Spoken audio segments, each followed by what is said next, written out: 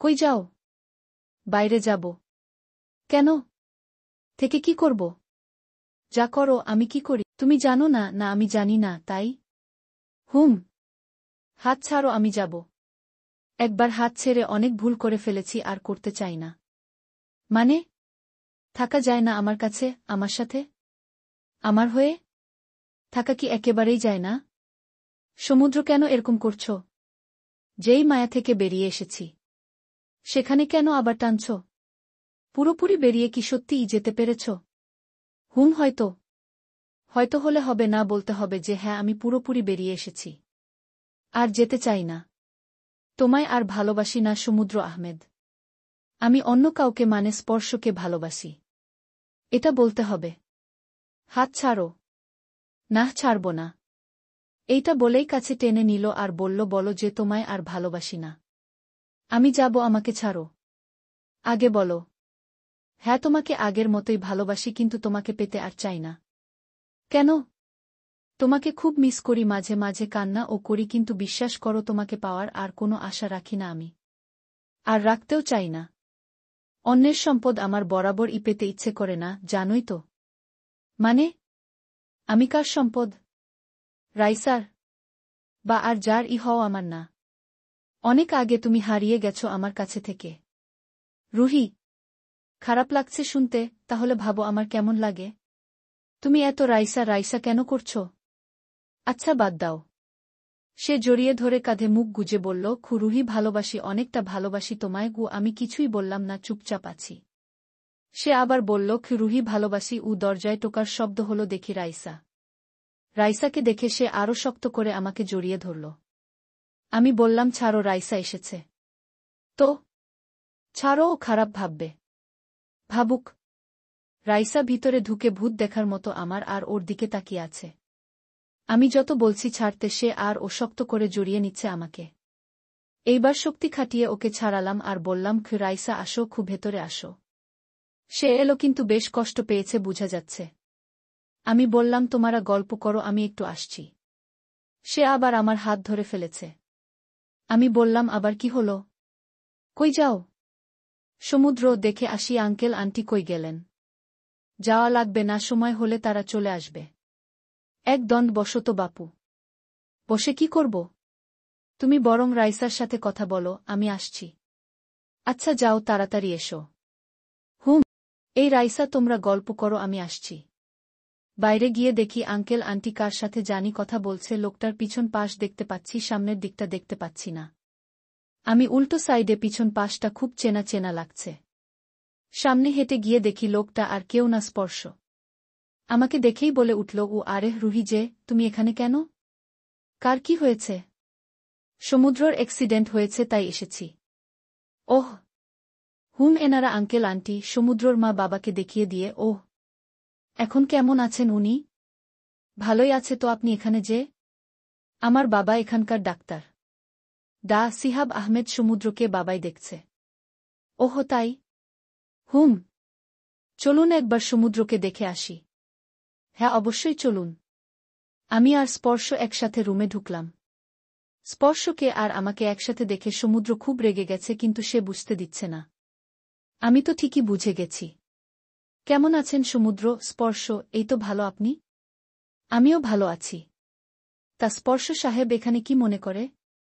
বাবার কাছে এসেছিলাম, এসেই দেখা হয়ে গেল রুহির সাথে। বাবাকে? আপনার ডাক্তার, উনি আমার বাবা। ওহ। তো ভালো থাকেন, তাড়াতাড়ি সুস্থ হয়ে যান। আমাকে এখন যেতে হবে, একটু কাজ আছে। আচ্ছা, আপনিও ভালো থাকবেন। হুম, আসছি। জি আচ্ছা। আমি স্পর্শকে বললাম, চলেন আপনাকে এগিয়ে দিয়ে আসি।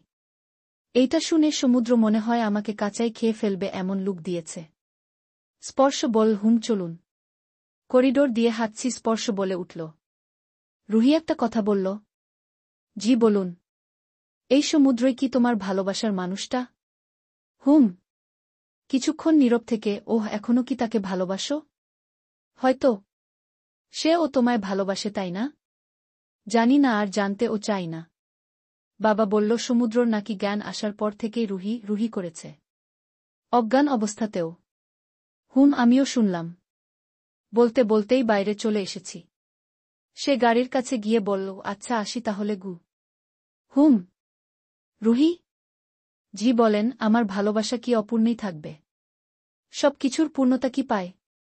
সে আর কিছু বলল না, চলে গেল। আমিও রুম যাচ্ছিলাম, দেখি রাইসা আসছে। কি রাইসা, চলে যাচ্ছ? হ্যাঁ। থেকে আর কি করব?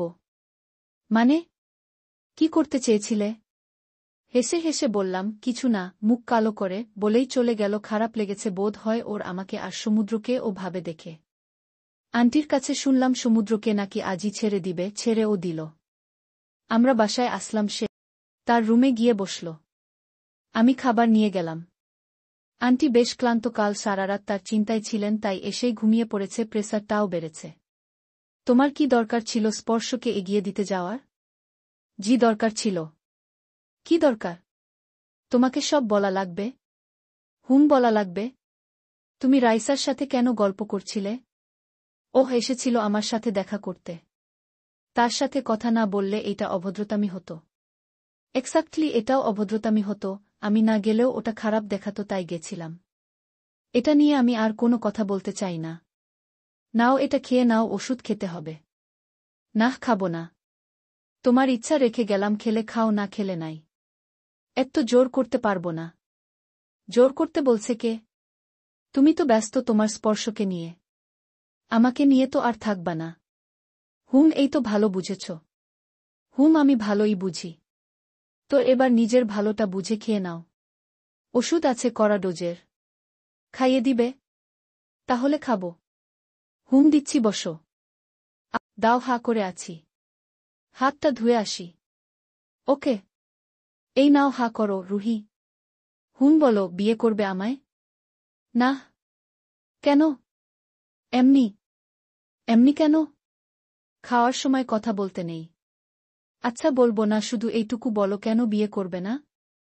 কারণ তোমার আর রাইসার বিয়ে হবে। মানে? কে বলল? আমি জানি। তুমি সব জানো? হ্যাঁ, আমি সব জানি। যা জানো সব ভুল জানো। আমি রাইসাকে বিয়ে করব না। তাই সব ভুল জানো? ওহো, আচ্ছা। তাইলে তুমি আর সানভি যে ঘুরতে গেছিলে, সারা শহর এক রিকশায় ঘুরেছ দুজনে, এইটাও ভুল জানি? কে বলল তোমাকে? তুমি আর সানভি যে মুশফিক ভাইয়ার বাসায় গেছিলা, এইটাও ভুল জানি? তারপর আরও কি কি করেছ সেটা আমি মুখেও আনতে চাই না। কে বলেছে তোমাকে এগুলো? তুমি আর সানভি 6 মাস 1-3 দিন সম্পর্কে ছিলে, এইটাও ভুল জানি। তুমি যে রোজ কলেজ ছুটির পর বাইকে করে ঘুরতে, সেটাও ভুল জানি। তোমাকে কে বলেছে এগুলো, একটু বলবে প্লিজ? ওকে যে কপালে আপ্পা চুমু দিতে, এইটাও ভুল জানি। আচ্ছা, তুমি তো বলেছিলে আমাকে ছাড়া অন্য কাউকে আপ্পা দিবে না। আচ্ছা, আমি আর কি কি ভুল জানি? রুহি চোখ বেয়ে তার নোনা ভালোবাসা না নোনা সত্যগুলো পড়ছে, বুঝতে পারছি না। আচ্ছা, আমি কি তোমাকে কখনো জোর করে সম্পর্কে রেখেছিলাম? তোমাকে তো অনেকবার বলেছিলাম আমাকে আর ভালো না লাগলে বলে দাও, আমি চলে যাব। তোমার ভালো লাগছিল না কেন বললে না সমুদ্র? আমি তো তোমায় জোর করতাম না, সম্পর্কর দোহাই ও দিতাম না। তাহলে কেন করলে এরকম? আমার ভালোবাসায় কি কমতি ছিল কিছু? যদি থাকতো বলতে পারতে। রুহি, ক্ষমা করো আমায়, আমি বুঝতে পারিনি। আমি একটা ঘোরের মধ্যে ছিলাম। তোমাকে সব বলতে চেয়েছিলাম, কিন্তু বিশ্বাস কর, বলে উঠার সাহস করতে পারিনি। তোমাকে হারাতে চাইনি। হুম, আমি সানভির সাথে ঘুরেছি। কিন্তু বিশ্বাস করো, আমি ওর সাথে সম্পর্কে ছিলাম না। আমি যখন বুঝতে পেরেছিলাম যে ও আমার কাছে আসছে, আমি দূরে সরে যাচ্ছিলাম, কিন্তু আমি পারছিলাম না। অনেকবার চেষ্টা করেছি তোমাকে বলতে, কিন্তু পারিনি। সানভি আমাকে ব্ল্যাকমেইল করছিল যে ওর সাথে না থাকলে, ওকে ছেড়ে দিলে ও সুইসাইড করবে আর আমাকে ফাঁসিয়ে দিবে। কি করব বুঝতে পারছিলাম না। রোজ মাথায় টেনশন থাকত, তাই তোমার সাথে রাগারাগি হতো। মূলত সানভিকে আয়ান পছন্দ করত, আমি ওকে সাহায্য করার চেষ্টা করছিলাম, কিন্তু উল্টো আমি ফেঁসে গেছি। তাই বুঝি? এমন কাজ করো কেন যেখানে বলার সাহস করে উঠতে পারো না? সানভির সাথে কিছু ছবি আছে তোমার আমার কাছে, দেখবে? দাঁড়াও, দেখাচ্ছি। এই দেখো, তুমি ওর কপালে চুমু দিচ্ছ, ওকে খাইয়ে দিচ্ছ। ওমা, এখানে তো দেখছি অন্তরঙ্গ অবস্থাতেও আছো।